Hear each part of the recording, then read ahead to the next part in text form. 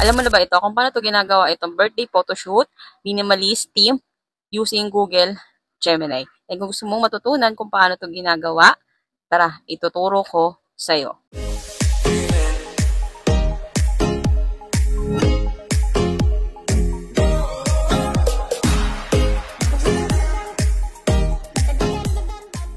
Para mas madali po kayong makapag-edit sa Google Gemini, try nyo pong mag-install sa inyong Play Store or Google Play ng Google Gemini.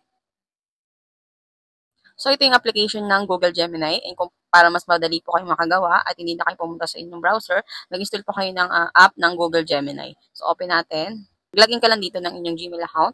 Tapos, paste mo dito yung prompt na gagawin natin. May ginawa na po ako dito yung prompt dito sa ating note.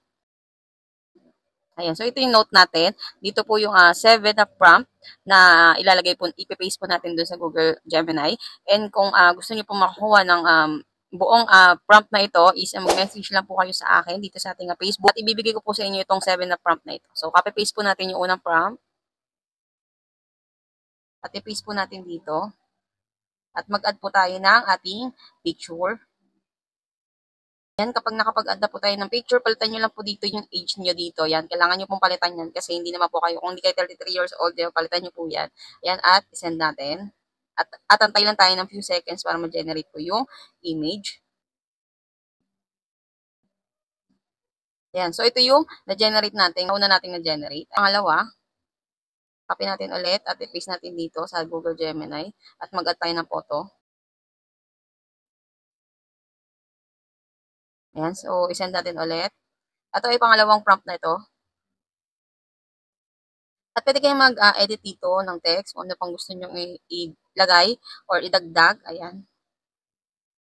Yan. So, ito yung pangalawang prompt na nagawa natin. Itong team na to is minimalist lang ito na birthday photoshoot. So, kung yung mga vibes na ganito, yung tipo nyo, ayan, pwede nyo pong copyhin yung prompt na ito. At ito yung pangatlo. Copy natin at i-paste natin dito. At isend na natin. Ayan. So, antay lang tayo ng few seconds para ma-generate.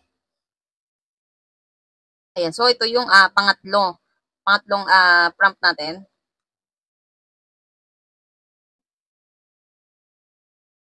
At mag-paste po tayo ulit ng pang-apat. Ayan, copy natin at i-paste natin dito.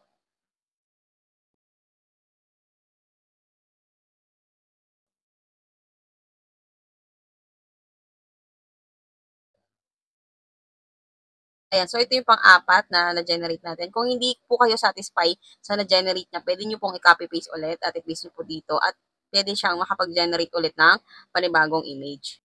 Kung hindi nyo nagustuhan yung na-generate niya. Ayan. So, attach tayo ulit.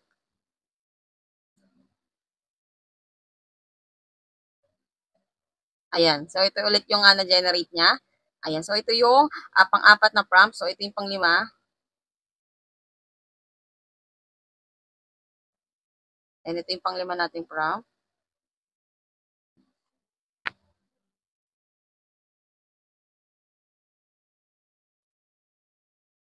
Ayan. So, ito yung pang-5 nating prompt. Ayan. Diba? Napakaganda. At ito yung pang-6 na prompt. Copy-paste natin ulit.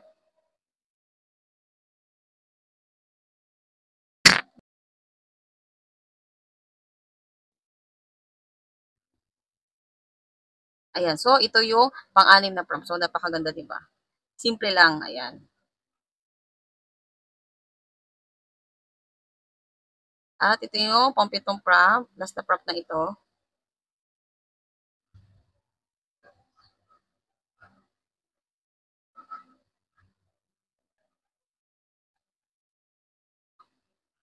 And ito yung pinakahuli nating na generate. So, kung hindi mo nagustuhan yung na-generate, pwede nyo naman po ulitin yan.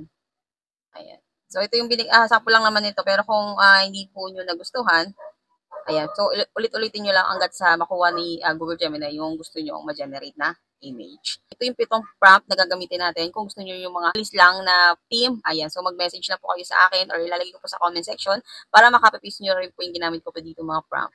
And sa sunod natin content, gagawin po natin kung paano tayo gumagawa ng mga prompt na ito. Ayan. So, kung paano natin ginagawa at paano tayo nakakapag-generate ng mga prompt at saan tayo kumukuha ng mga prompt.